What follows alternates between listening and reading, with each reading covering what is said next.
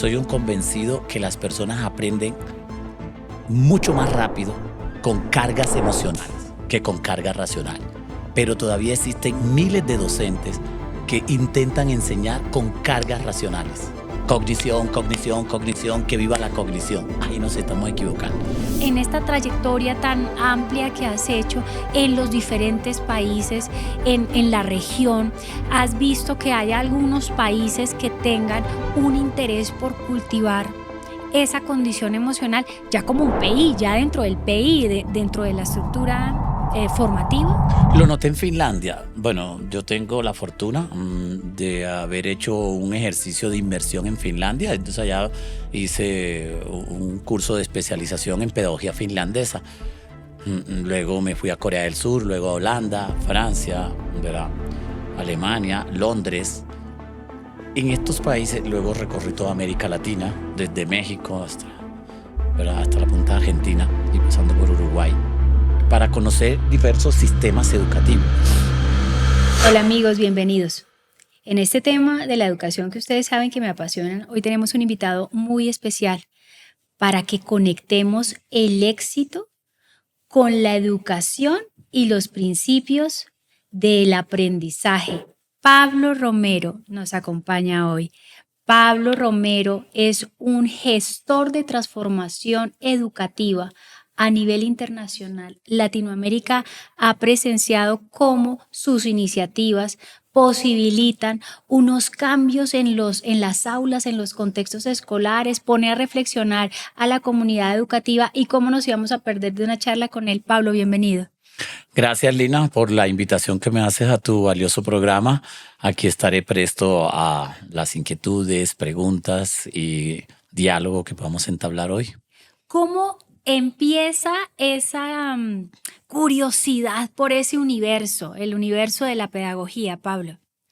Bueno, lo mío nace desde los 7 años de edad. Hay personas que dicen, ya, desde los 7 años querías estudiar educación. Sí, por una experiencia nefasta, muy negativa. En mi pueblo estudié en mi infancia en 2 instituciones educativas y en las 2 me fue muy mal en cuanto al trato que me daban. Entonces, desde los 7 años de edad me he estado preguntando si no hay otra forma de educar en la que uno no lo maltrate, no lo humille, no lo ultraje. Por ejemplo, en el primer colegio que estuve, que recuerdo en tercero de primaria, habían unos estudiantes en secreto que anotan a quién se porta mal. Y tú nunca te enteras quién está anotando. Eso era como unos espías allí en el aula. Eso era espionaje de alto Sí. nivel. Y entonces al día siguiente ¡prum!, aparecía tu nombre. Y yo ¿qué he hecho? Porque no investigaban si era cierto. No, simplemente si quedaba anotado en la lista, el rector al día siguiente a las 7 en punto de la mañana se hacía todo el pueblo. El pueblo asistía, eso era un show. Y entonces daba el nombre de los estudiantes. Y uno pasaba al frente y le decían cuántos juetazos, cuántos latigazos tenía uno que recibir. Cuando apareció mi nombre, dije, ¿qué? Entonces dijeron que por estar dibujando en clase de matemática. Eso correspondía a 7 cinturones. Es decir, el rector se quitaba el cinturón y delante todo el mundo te Pero golpeaba. es como una novela de terror. Claro, y eso era validado por los padres de familia. Esto que te estoy contando es real y nunca lo he podido olvidar desde mi infancia. Siempre me pregunté que si no había otra forma de educar, ¿por qué tenía que ser así? Luego pasé a otro colegio, ese colegio fue horrible. Cuando pasé a otro colegio, en el otro llevaba todas las materias sobre 5, 4, 8, pero hay una que perdí, que fue música, porque, bueno, tenía, según la profesora, voz de tarro. Entonces me acuerdo que Dicho además en esos términos. Sí, me acuerdo todavía de la canción, se llama Tiré tu pañuelo al río. Y me la aprendí y la canté porque antes había habilitación, que era a final de año. Claro. Y entonces asistí a la habilitación y me la canté completa. Y ella me dijo, no, horrible, su voz de tarro, perdió música. Y por perder música me hicieron perder todo el año, todo quinto de primaria. Era algo que yo nunca pude entender. Luego de ahí subí a Cartagena, mis padres se mudaron, nos mudamos. Y entré a la Salle de Cartagena y el cambio fue de 180 grados. Estamos hablando de la década de los años 70 y 80. Yo dije, wow, o sea... Hay otra sí, forma de hacer sí, esto. hay otra forma. Y vi el cambio. Cuando vi ese cambio, me convencí que quería estudiar educación. O sea, me di cuenta que sí se podía educar sin maltratar, sí, que sí se podía educar en el buen trato. Y eso se lo agradezco toda la vida a los lasallistas. Creo que si nunca hubiera entrado a la Salle de Cartagena, nunca me hubiese enterado que había otra forma de educar sin que te humillen, sin que te maltraten. Yo en mi infancia tenía tanto miedo y tanto terror a la escuela que me hacía chichi y me hacía popó, Dios, literalmente. estabas traumado Y me realmente. llevaban donde mi tía, que era la que me cambiaba, porque ya estaba a una cuadra de la escuela, era la más cercana. Y otra vez llegó este niño cagado. Y de allí, después de esas experiencias que son como una novela de terror, Pablo, surgen dos grandes conceptos que han marcado tu carrera, que es la educación y la humanización, un tema que nos apasiona en estos conversatorios. Sí, en efecto, una de las personas que lidera el discurso de la pedagogía de la humanización en toda América Latina soy yo. O sea, cualquier persona que busque algo sobre pedagogía de la humanización en la Internet, pues se va a encontrar conmigo, ¿verdad? Tengo muchas publicaciones en la Internet y en libros y en artículos sobre el buen trato. Yo soy un convencido y hasta el último día de mi existencia voy a investigar, a innovar y a escribir sobre el buen trato, porque estoy convencido que se puede educar sin humillar en la familia y en la escuela, sin maltratar, sin excluir, sin golpear. Por ejemplo, yo nunca he maltratado ni golpeado a ninguno de mis hijos. Mi esposa también es pedagoga, entonces Están alineados allí. sí, sí, cuando me le declaré, le dijo, yo ven acá, tú eres pedagoga, yo soy pedagogo, ¿por qué no nos casamos? Tenemos muchos hijos y hacemos experimentos pedagógicos de cómo se Muy podría educar sin piagetiano, maltratar. digamos, Y entonces sí. todos mis hijos son testimonio de que nunca se les golpeó, nunca se les humilló, nunca se les maltrató. Hoy en día ya terminamos la tarea, son excelentes profesionales, excelentes seres humanos y científicos, todos sin excepción. Decir que sí se puede educar en el buen trato. Yo soy un convencido de eso y no acepto otra teoría, no acepto otra argumentación, otra concepción. En lo único que siento que soy radical es en lo que te estoy diciendo en este momento. Sí se puede educar sin maltratar, sin golpear a un hijo, a una hija, sin hacerles daño y tendríamos una mejor Colombia, una mejor América Latina sin duda. Parte de la agresión y de esta sociedad que tenemos tan hostil es una sociedad prevenida, es una sociedad violenta, Es una sociedad con miedo, Pablo. con múltiples miedos y es el resultado de la forma en que educamos a nuestros hijos. Si los educáramos en la confianza, en el buen trato, porque me preguntaba alguien, bueno, está bien, si no le voy a pegar, si no lo voy a castigar, entonces ¿qué? ¿Cómo educo? No hago nada. No, espérate, espérate. Respira por la nariz, bota por la boca, cálmate. Argumentación. Yo trabajo una cosa que se llama ética de la argumentación. Sí, no muevo una mano, no muevo un pie hasta no haber comprendido cuánto bien o cuánto mal me voy a hacer a mí con mis acciones y le voy a hacer a los demás con mis acciones. Así hay que educar a nuestros hijos. Es decir, que nuestros niños desde pequeños comprendan que todas sus acciones tienen consecuencias en sí mismos y en los demás. Es decir, si obras mal, si humillas, si cometes bullying, ciberbullying, ciberacoso, vas a pagar las consecuencias porque pronto te quedarás solo. Pero si obras bien y creas un grupo de amigos, pronto estarás rodeado de amigos. Más adelante, un día, si eres empleado y estás desempleado, te van a tender la mano porque tienes una red de amigos grande. Que has construido con el tiempo. Claro, pero si te has dedicado a fastidiarle la vida a los demás, estarás solo y nadie te tenderá la mano. Y si eres empresario, podrás hacer negocios con otros amigos que sean empresarios o que tengan conexiones con empresas porque tienes una gran red.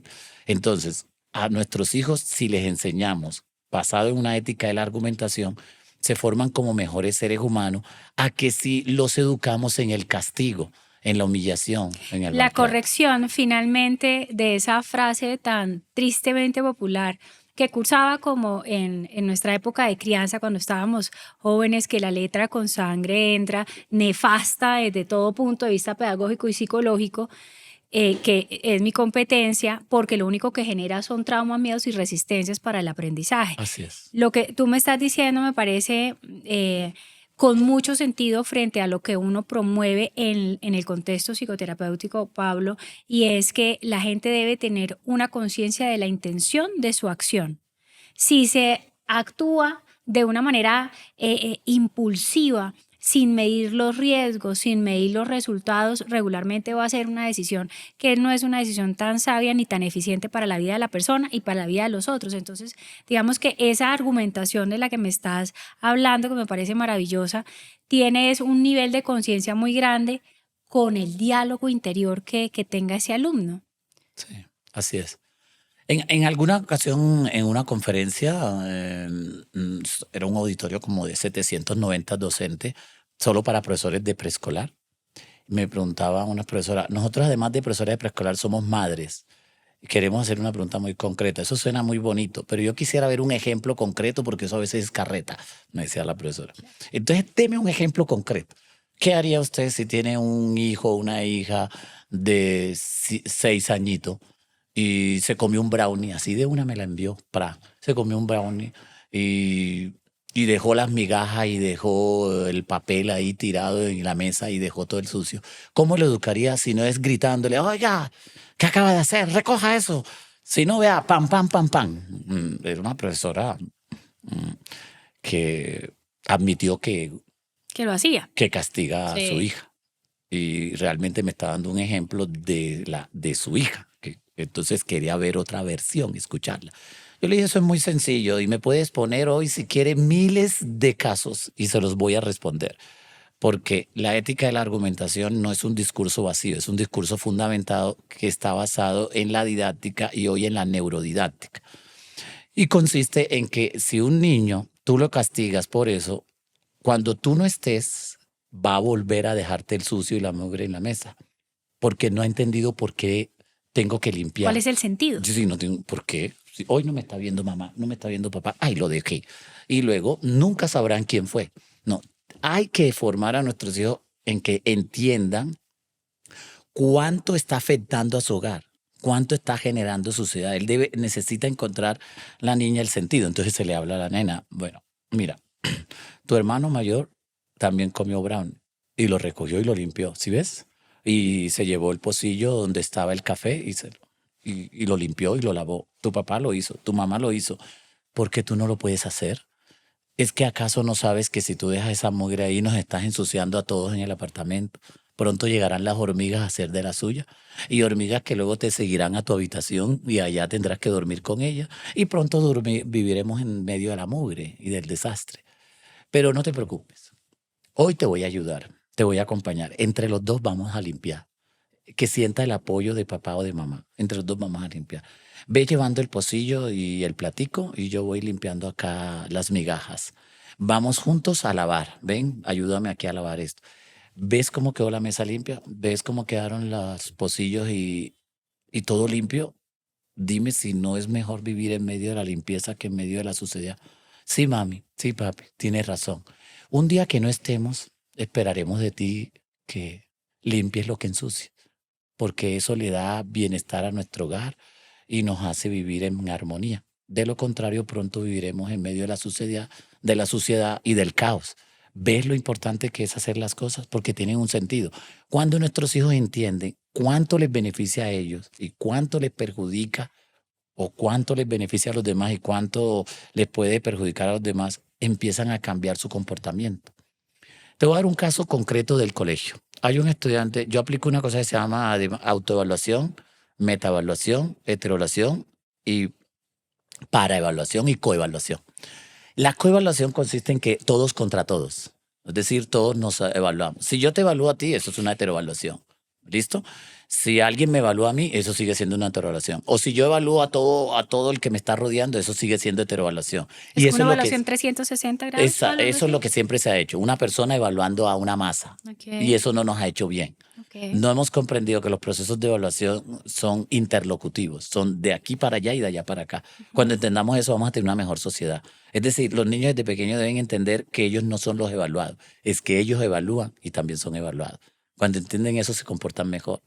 Entonces encontré un muchachito, después de haber dado los resultados de la coevaluación, te estoy hablando de un muchachito de grado 10º, pero esos que son montadores que cometen bullying, acoso. Hacen las infracciones escolares, sí, clásicas, sí. Y él tiene la costumbre de que un día te hace una broma a ti y hace reír a los demás, pero otro día escoge a otra víctima y hace reír a los demás.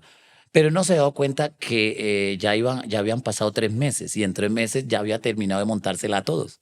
Cuando llegó la evaluación fue el que peor le fue, porque todos te evalúan a ti y tú también evalúas a todos. Claro, él evaluó a todos, pero él recibió la evaluación de todos. Cuando él vio sus resultados, yo lo encontré allá en un árbol, debajo del árbol, estaba llorando.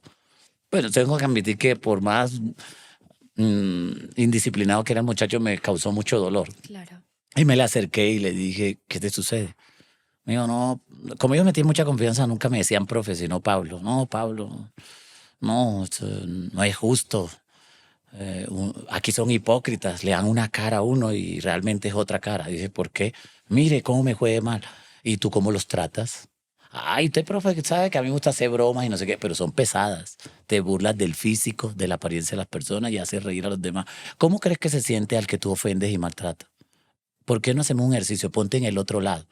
Yo te la monto y me dices cómo te estás sintiendo. Y le hice el ejercicio y se la monté. Uy, no, profe, no siga, no siga. ¿Verdad que se ¿Qué ha siente pasado, feo? profesor? ¿Verdad que se siente feo? Me dijo, uy, profe, sabe que sí. Pues resulta que todo el salón simplemente se desahogó porque la evaluación se hace sin nombre, es anónima. Porque si es con nombre les da miedo denunciar. Por eso se hace anónima. Claro, cuando él recibió su evaluación entendió que nadie lo quería. Le dije, ¿te das cuenta qué le pasa a uno cuando uno obra mal? Uno se queda solo. No tuve que ponerle un 1 en disciplina, No, no, en no. conducta. No, él entendió el daño que se estaba haciendo a sí mismo y el daño que le estaba haciendo a sus compañeros. Cambió radicalmente. Ahí viene la transformación Te con estoy esa toma de diciendo que conciencia. en las gestiones educativas que aplican coevaluación mejoran significativamente en sus procesos de convivencia. Entonces, muchas cosas las podríamos hacer mejor si tomásemos en serio a la pedagogía y a la didáctica y hoy en día a la neuroeducación. Y también yo colocaría allí un elemento muy importante que has tocado en tus textos y es el tema de el impacto emocional y esa gestión emocional de cara a la adquisición del conocimiento, tanto de docentes como de los muchachos, porque un docente que no se gestiona emocionalmente y viene y saca toda su frustración de diferentes cosas que tenemos los adultos en el aula de clase con ese cerebro en formación de los niños de que están en Así primera y es. segunda infancia, pues tiene un efecto nocivo en la resistencia que pueda hacer a la transmisión de ese conocimiento, que no debería ser la transmisión, sino la co-construcción de ese conocimiento. Entonces, Pablo, ¿cómo desde la perspectiva, tú que eres un experto en educación y en pedagogía, juegan las emociones en la adquisición del aprendizaje? Mira, el tema de las emociones a mí me ha interesado tanto que siempre lo cito en los libros y artículos que publico. Mira, yo he publicado 139 libros de pedagogía y didáctica y siempre está el componente emocional en toda mi literatura. Y en los videos que grabo para internet siempre está presente el componente emocional. Soy un convencido que las personas aprenden mucho más rápido con cargas emocionales que con cargas racionales. Pero todavía existen miles de docentes que intentan enseñar con cargas racionales. Cognición, cognición, cognición, que viva la cognición. Ahí nos estamos equivocando. Hay dos componentes esenciales que jamás deben faltar en un proceso de formación en el hogar y en la escuela. Y es lo que tú acabas de tocar, el componente emocional y el componente visual audiovisual. Está demostrado que el cerebro aprende con una velocidad promedio de 16,000 veces más rápido si le enseñas con imágenes y textos audiovisuales. Porque los niños de hoy cambiaron. Los niños de hoy no son los niños de Montessori, de Piaget, de No son, Vygotsky, de no Ferrer son. Guardia. Los niños de hoy son visuales, audiovisuales, tecnológicos, digitales, interactivos. Entonces necesita un maestro diferente al siglo XX. Pero uno encuentra en las tesis de grado de muchas universidades, en facultades de educación, que sus tesis de grado siguen basándose en repetir lo que se dijo en el siglo XX, cuando hoy estamos en una realidad 180 grados totalmente diferente y en esto que estoy diciendo he participado en numerosos foros donde he podido demostrar que si tenemos una generación de hijos y de estudiantes diferente, necesitamos maestros, profesionales de la educación muy diferentes a los que yo estoy viendo en la actualidad.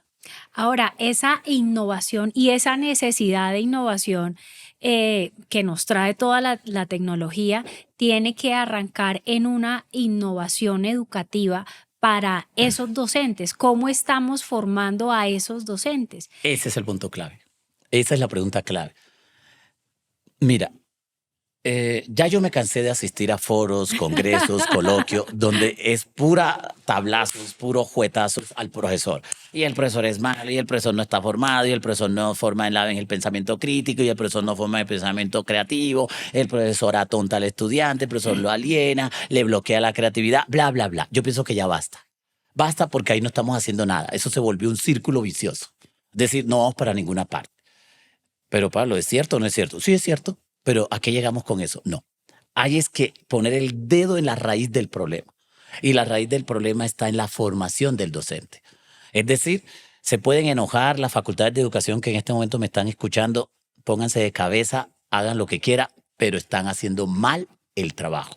Y cuando quiera, me invitan a un foro público con todas las facultades de educación y les demuestro que estamos formando muy mal al magisterio. Yo tengo investigaciones, tengo pruebas y pruebas que superan los 9.700 profesores. Cualquier facultad de educación envidiaría esa base de datos, donde hemos comprobado con poco más de 9.700 profesores que no saben diseñar una planeación académica, no saben diseñar una guía, no saben diseñar un taller didáctico, no saben diseñar una evaluación formativa. Entonces uno se pregunta, ¿qué es lo que están aprendiendo en las facultades de educación? Ah, ya, el estudio de teóricos, de psicólogos, de pedagogos. ¿Quién ha dicho que eso está mal? No, pero 5 años no me la puedo quedar solo sabiendo la historia de la pedagogía, la historia de la escuela y la historia de pensadores y de teóricos. No, usted tiene que aprender a innovar. Usted tiene que aprender a ser emprendedor, porque si un docente no es innovador, ¿cómo forma a sus estudiantes en innovación y en emprendimiento? Entonces, ¿qué es lo que se sigue replicando? Facultades de educación que forman profesores para ser docentes. Y alguien dirá, ¿y no es para eso? No, hace rato. Hace rato el papel del docente no es dictar clase. Mira, el mismo Humberto Eco, leyendo en uno de sus últimos libros, nos comparte esta anécdota. Un profesor ya está terminando su clase, lleva 2 horas dictando clase, típico profesor magistral, ya Pablo Freire había planteado crítica al respecto. Pero en esta anécdota nos cuenta Humberto Eco, un estudiante levanta la mano, ya faltando 5 minutos para acabarse la clase, y le dice, profe, yo lo he estado escuchando muy atentamente. Pero mientras lo he escuchado, he estado navegando por Google Académico y en sitios especializados sobre la temática de hoy. Y me he encontrado lo que usted ha expuesto, pero encontré cosas que usted no ha expuesto y que son de vital actualidad. ¿Como cuáles? Y el estudiante le dice, estas y estas y estas. O sea, he notado que navegando por internet en sitios serios, he aprendido más que con usted. La verdad es que yo quisiera que usted me respondiera, ¿para qué lo necesito? ¿Yo para qué lo necesito a usted si la información que usted me está dando es incompleta y no tan actualizada? Y yo he podido hacer una información de punta, incluso con textos audiovisuales, didácticos, muy profundos, con los que he aprendido más. Entonces, profe, por favor, profesor. ¿Cuál es su misión aquí? Dígame, ¿yo para qué lo necesito? Bien, viene la reflexión de Humberto Eco y toda la cosa. Y es donde empezamos a entender que el profesor de hoy sí tiene sentido, porque es que yo no estoy diciendo que no tiene sentido, sí tiene sentido, pero carece de sentido cuando dicta clases, cuando se dedica a llenar un tablero y cuando bla, bla, bla, bla. No, el profesor tiene sentido cuando empieza a formar a un estudiante en la comprensión y la administración de conocimiento. El mejor estudiante antes, ¿cuál era? A ver, ¿quién sabe qué es la célula? Yo, profe. ¿Cuáles son los tipos de células que existen? Yo, profe. ¿Quién pasa al tablero a hacerme esto? Yo, profe. O sea, el mejor estudiante era el que más cosas sabía. Hoy no.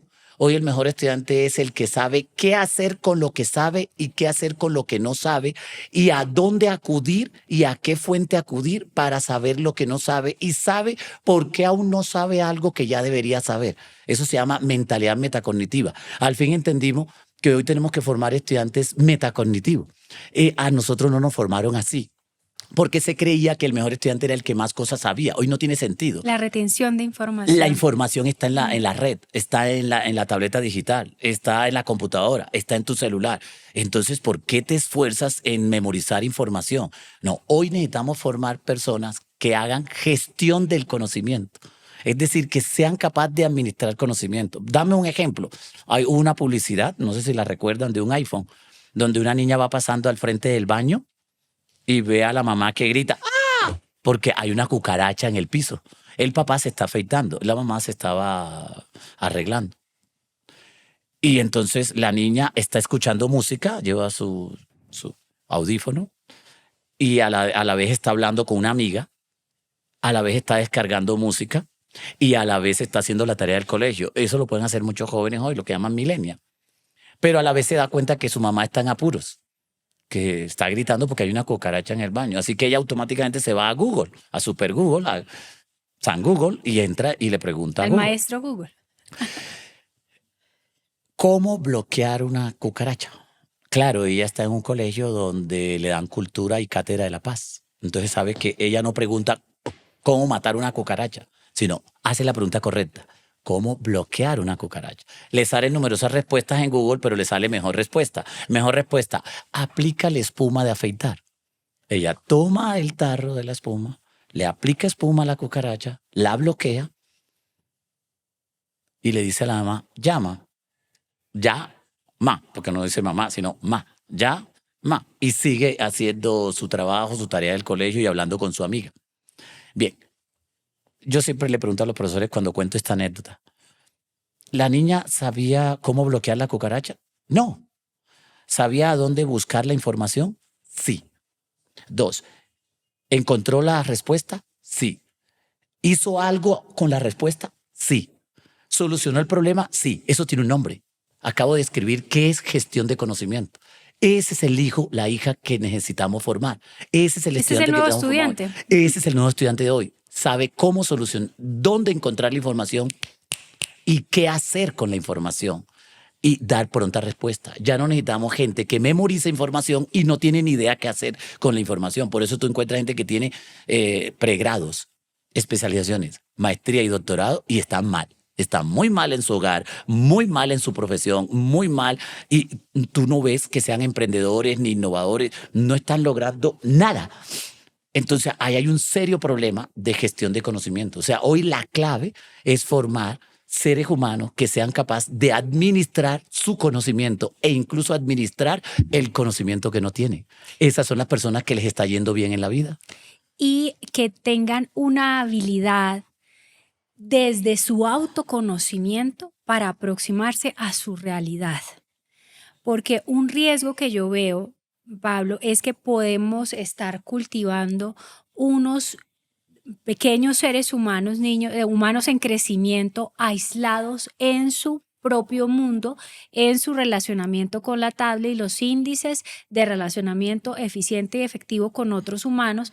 Digamos, las investigaciones que muestran en Estados Unidos de cómo ha disminuido en 10 puntos los últimos 20 años las tasas de inteligencia emocional, pues nos dejan aterrados. Entonces yo sí pienso que allí un factor importante en la educación es abrir un espacio para que los maestros enseñen, aprendan ellos primero, como todos debemos aprender, cómo se hace ese relacionamiento inclusivo, solidario, considerado, respetuoso, como en un marco valorativo que puedan imprimir ellos a través de sus cátedras, pero hay que en algún momento cortar ese hilo infinito de frustraciones, transmitiendo frustraciones y hacer una pedagogía de inteligencia, de gestión, de educación emocional para los docentes y que con esa información vayan a cultivar a ese nuevo estudiante desde ese autoconocimiento, porque no es solamente la aproximación incluso al conocimiento, sino la aproximación al conocimiento personal que tanto nos cuesta.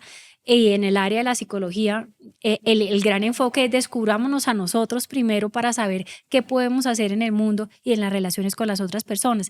En esta trayectoria tan amplia que has hecho en los diferentes países, en la región, ¿has visto que hay algunos países que tengan un interés por cultivar esa condición emocional ya como un PI, ya dentro del PI, dentro de la estructura formativa? Lo noté en Finlandia. Bueno, yo tengo la fortuna de haber hecho un ejercicio de inmersión en Finlandia. Entonces allá hice un curso de especialización en pedagogía finlandesa. Luego me fui a Corea del Sur, luego a Holanda, Francia, ¿verdad? Alemania, Londres. En estos países luego recorrí toda América Latina, desde México hasta, ¿verdad? Hasta la punta de Argentina y pasando por Uruguay, para conocer diversos sistemas educativos. Y entonces en Finlandia me llamó la atención que la parte emocional les está llamando mucho la atención y la están tomando en serio, la parte emocional y social. Ellos durante mucho tiempo estuvieron centrados en la cognición, y ellos admiten ese error. De hecho, de ellos dicen, ¿eso sabe para qué nos sirvió? Para estar siempre en los primeros lugares de las pruebas PISA.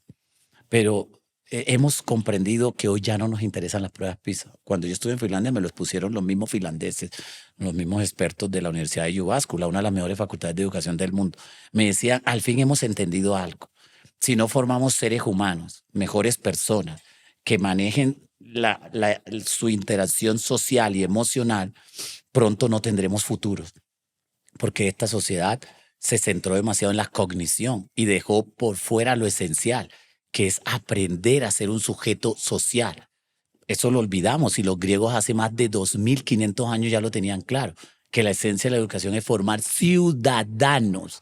Después de 2500 años otra vez estamos volviendo a entender algo, que no hemos formado ciudadanos. Por eso mira los niveles de deterioro social y de violencia y de criminalidad a nivel mundial, sí. Es decir, eso no es un problema solo de Colombia y de América Latina, es un problema realmente global, mundial, donde tú no puedes escribir nada en la internet.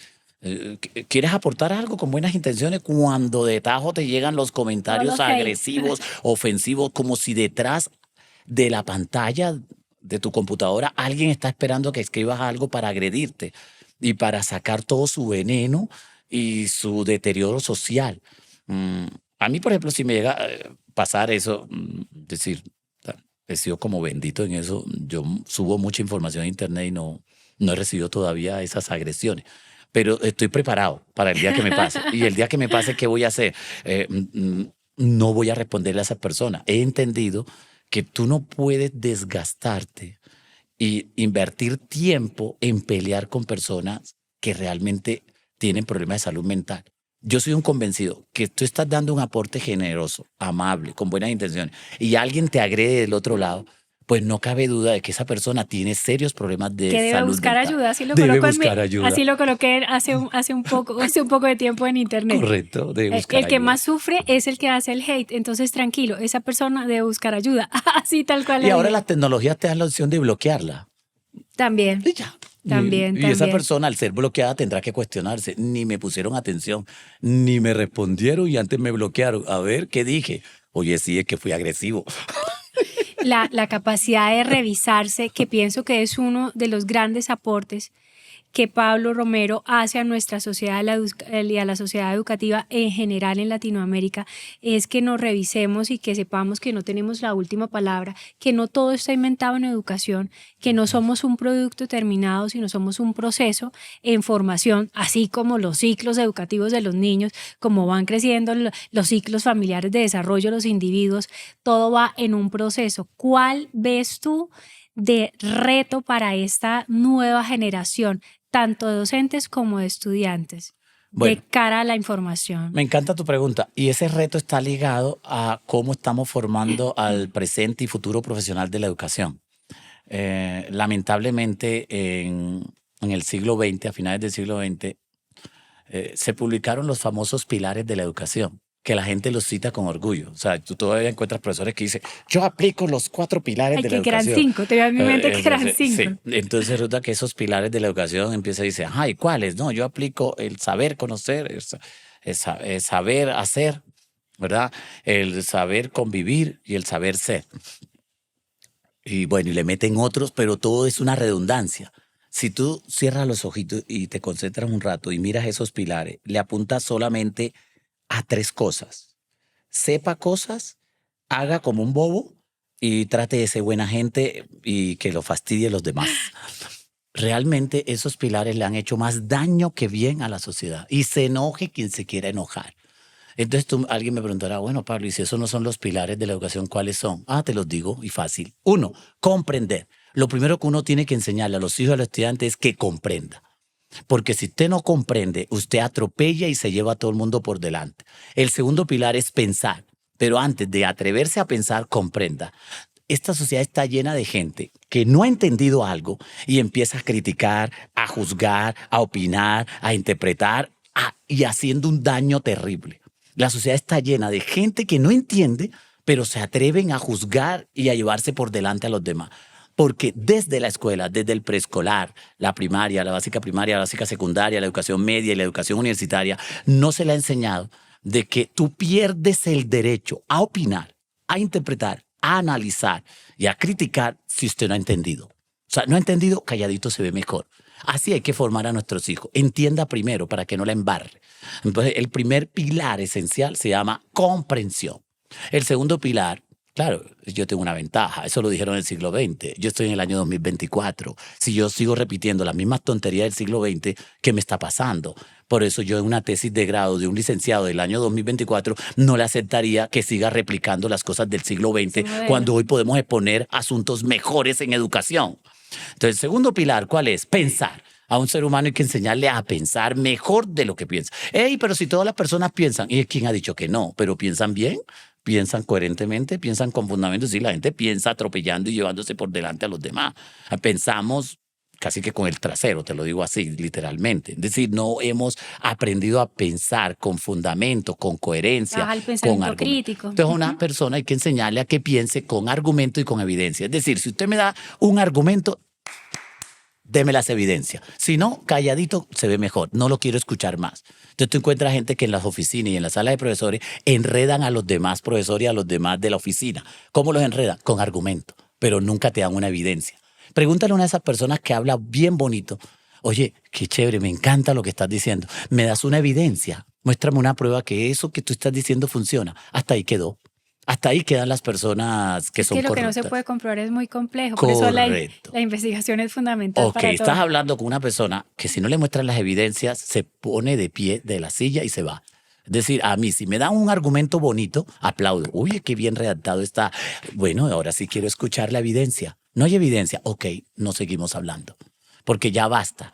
Hemos hecho demasiado daño en esta sociedad con solo argumento. Daño que hacen los profesores, hacen los abogados, los mismos psicólogos y todo. La narrativa en la política. La política, cómo se ha hecho daño con la argumentación. Gente que sube como gobernante, como alcalde y como presidente, solo con narrativas bien elaboradas, pero que carecen de habilidad evidencia. dialógica. Ok. Viene te llevo dos pilares. Ahí te va el tercero. Innovar. ¿Cómo es posible que la innovación, la creatividad quedó por fuera? Quedó por fuera de los pilares.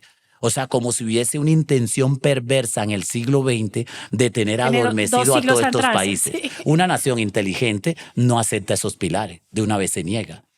Alguien me decía, ay Pablo, pero no te angusties, que eso está implícito. Nada implícito. En educación lo que está implícito no existe. ¿Por qué no me lo pones explícito? ¿Tienes miedo o qué? ¿Por qué no me pones explícito el pensar y el innovar? ¿Cuál es el miedo? El miedo es de tener una generación que piense. Porque si hay millones pensando, no subiría la mediocridad de gobernantes que tenemos. Es que hay miedo a innovar, a proponer y a crear, porque es que necesitamos pobres para tener a la gente gobernada más fácil. ¿Quién ha dicho?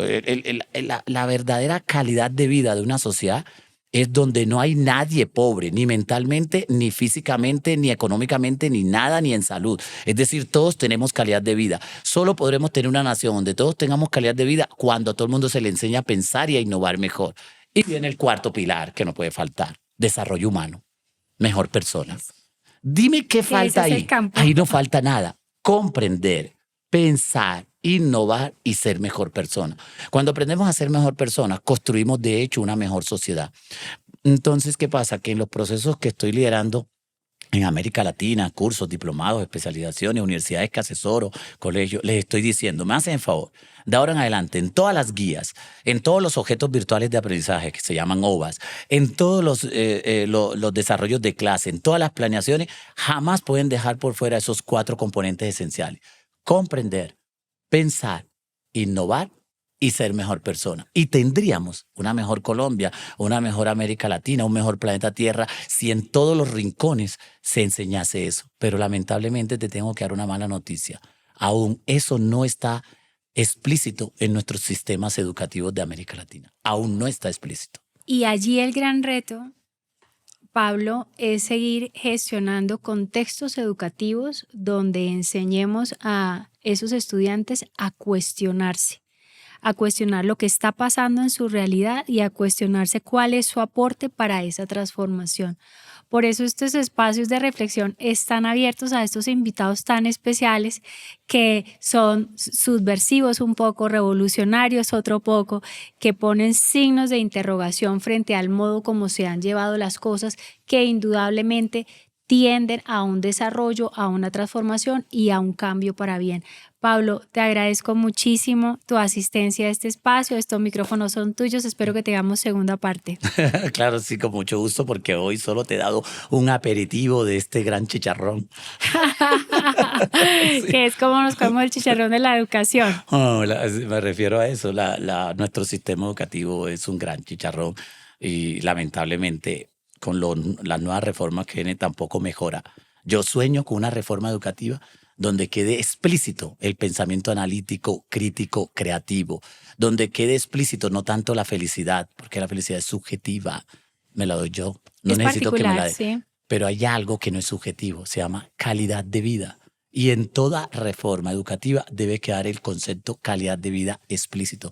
Esa es la sociedad y el sistema educativo que sueño. Espero antes de morir poderlo ver hecho realidad, porque por ahora no existe. Bueno, tendremos entonces segundo espacio, porque me han pedido ya 2 invitados que hemos tenido que hablemos sobre el tema de la reforma en la educación. Así que estén atentos, amigos. Muchas gracias. Soy Lina Parada y seguimos en contacto.